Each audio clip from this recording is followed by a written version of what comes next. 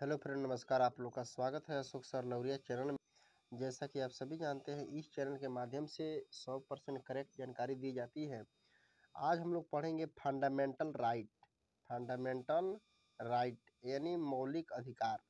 तो जो मौलिक अधिकार है, ये पॉलिटी का चैप्टर है, यानी पॉलिटी का भाग है, यानी राजनीतिक शास्त्र का है।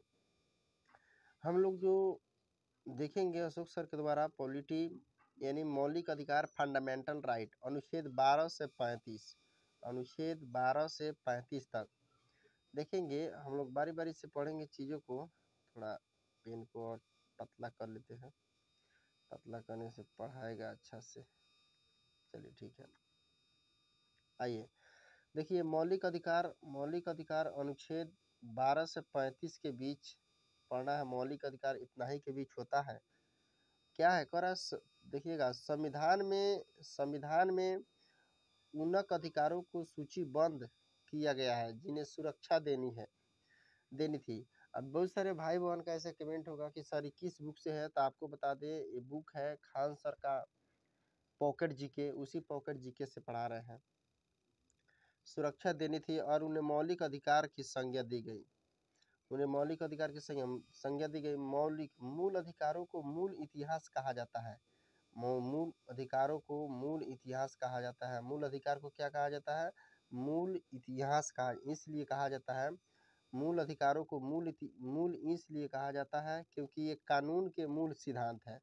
मौलिक अधिकार किसके सिद्धांत है जी? कानून के मूल सिद्धांत है, क्योंकि ये व्यक्ति के सर्वगीण विकास भौतिक, बौद्धिक, नैतिक तथा आध्यात्मिक के लिए आवश्यक है।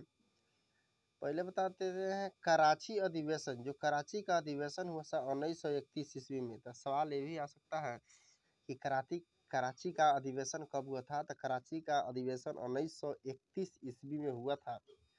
31 ईस्वी में मौलिक अधिकार का प्रस्ताव पारित किया गया था। मौलिक अधिकार का प्रस्ताव पारित कब किया गया था जी? 1931 ईस्वी में। कब किया गया था? 1931 ईस्वी में कराची अधिवेशन के तहत। आइए उसके बाद देखिएगा, नोट में एक चीज़ आपको हम बताते हैं। नोट में क्या है? नोट में हम लोग चीज़ देखेंगे। देखिएगा नोट में क्या है। 1928 में ही मोतीलाल नेहरू समिति ने अधिकार के एक घोषणा पत्र की मांग उठाई। भारतीय संविधान के भाग 3 में अनुच्छेद 12 से 35 तक मूल अधिकारों संबंधी उपबंध है। आपको पहले ही बताया गया कि मौलिक अधिकार भारतीय संविधान में भाग 3 से लेकर भाग 3 में, यानी भाग कितना होता है? भाग 3 में जो है 12 से लेकर 35 तक मूल अधिकारों के संबंधी उपबंध है। भारत में मौलिक अधिकारों की अवधारणा अमेरिका के संविधान से ग्रहण किया गया है। ये भी सवाल आएगा कि भारत में संविधान में मौलिक अधिकार की जो ग्रहण है कहाँ से किया गया, अवधारणा कहाँ से लिया गया जी? तो अमेरिका से। मौलिक अधिकार कहाँ से लिया गया है जी? अमेरिका से लिया गया है, इतना ध्यान रखिएगा। आपको पता है भारतीय संविधान के भाग 3 को भारत का मैग्ना कार्टा भी कहा जाता है। भारतीय संविधान के भाग 3 जो है इसको भारत का मैग्ना कार्टा भी कहा जाता है। देखिए जैसे आप चैनल को सब्सक्राइब कीजिएगा और शेयर, कमेंट, लाइक, और नेक्स्ट वीडियो के लिए अगर नेक्स्ट क्लास के लिए अगर कमेंट आता है तो हम नेक्स्ट क्लास लेकर आएंगे इसको, ठीक है। आइए उसके बाद आपको बता दें, हम ध्यान दीजिएगा इधर, इसकी विशेषता क्या है मौलिक अधिकार की। देखिए मौलिक अधिकार की विशेषता क्या होती है, विशेषता के बारे में थोड़ा देख लेंगे। देखिए विशेषता जो है, मौलिक अधिकार वाद योग होते हैं, अर्थात मौलिक अधिकारों का हनन होने पर व्यक्ति अपने मौलिक अधिकार की रक्षा हेतु न्यायालय की शरण ले सकता है। यानी अगर मौलिक अधिकारों का हनन होता है, यानी उसको नष्ट किया जाता है, तो व्यक्ति अपने सुरक्षा के लिए जो है न्यायालय की शरण यानी न्यायालय के सहारा ले सकता है, ठीक है। मौलिक अधिकार में परिवर्तन के लिए संविधान में संशोधन करना पड़ता है। मौलिक अधिकार में अगर परिवर्तन करना है तो उसके लिए संविधान में संशोधन करना पड़ता है। इसके अलावा सरकार का कोई भी अंग मौलिक अधिकार के विरुद्ध कोई कार्य नहीं कर सकता है। सरकार का जो अंग है, जो भी सरकार के भाग हैं, जो भी नेता है, संसद है, वो मौलिक अधिकारों के विरुद्ध कोई कार्य नहीं कर सकते हैं। तीसरा है विधायिका या कार्यपालिका के किसी का निर्णय से किसी या निर्णय से यदि मौलिक अधिकारों का हनन होता है या उन पर अनुचित प्रतिबंध लगाया जाता है तो न्यायपालिका उसे अवैध घोषित कर सकता है।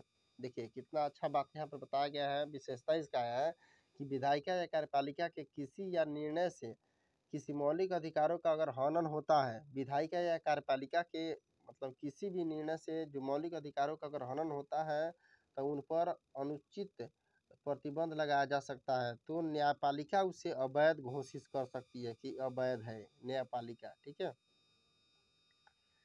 आइए नेक्स्ट देखते हैं हम लोग।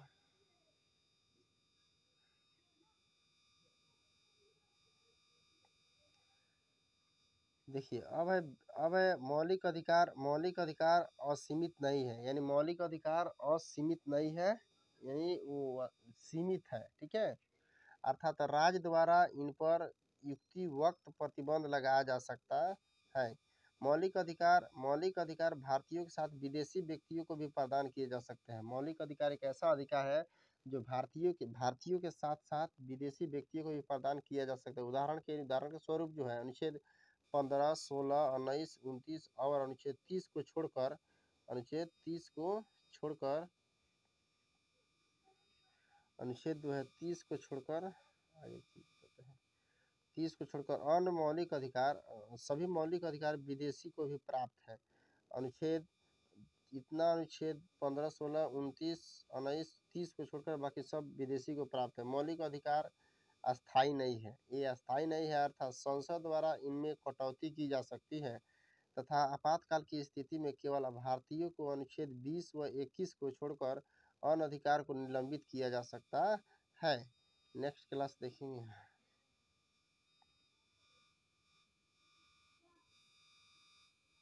चलिए नेक्स्ट है हम लोग का ध्यान देंगे यहाँ पे मूल अधिकार नागरिकों को राज्य के विरुद्ध खिलाफ प्राप्त है, अर्थात मूल अधिकार राज्य पर कुछ प्रतिबंध लगाते हैं या ऐसे कार्य करने से रोकते हैं जो मूल अधिकारों के खिलाफ है। मूल रूप से भारतीय संविधान द्वारा नागरिकों को 7 प्रकार के मौलिक अधिकार प्राप्त किए गए। मूल रूप से भारतीय संविधान द्वारा नागरिकों को 7 प्रकार के मौलिक अधिकार प्राप्त किए गए थे, जिनमें से संपत्ति के अधिकार को 44वें संविधान संशोधन अधिनियम 1978 में। अब सवाल ये भी आ सकता है कि संपत्ति के अधिकार को 44वें संविधान संशोधन अधिनियम 1978 मूल अधिकारों को अनुच्छेद 31 और 19 से निकालकर अनुच्छेद 300 क के अंतर्गत एक विधिक अधिकार बना दिया गया। देखिए आगे क्या है,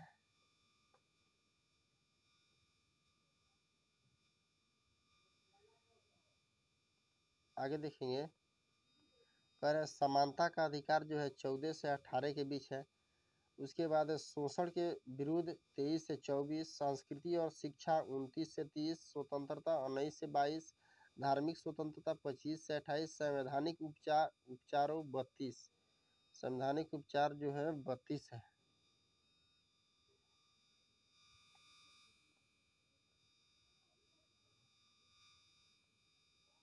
आगे देखिए अनुच्छेद 12 क्या कह रहा है, अनुच्छेद 12 पर ध्यान देंगे। अनुच्छेद 12 इस अनुच्छेद में राज्य को परिभाषित किया गया है। अनुच्छेद 12 में राज्य के बारे में चर्चा किया गया है। अब राज्य के बारे में चर्चा क्या है इसके बारे में थोड़ा देख लें हम।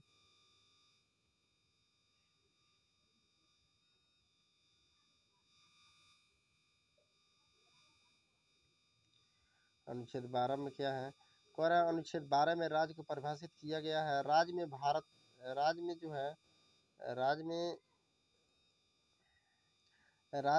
सरकार व संसद, राज्य सरकार व विधानमंडल, स्थानीय निवासी व ऐसे प्राधिकार जिसमें सरकार का 1% भी हिस्सा शामिल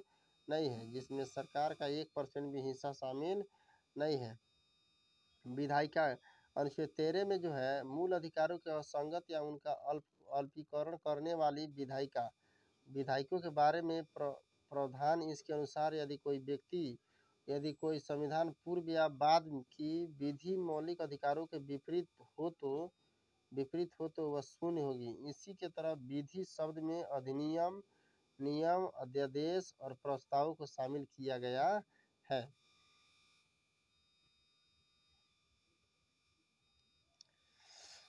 प्रस्तावों को शामिल किया गया है। और आगे देखते हैं, कह रहा है आगे कुछ सवाल देखेंगे हम लोग।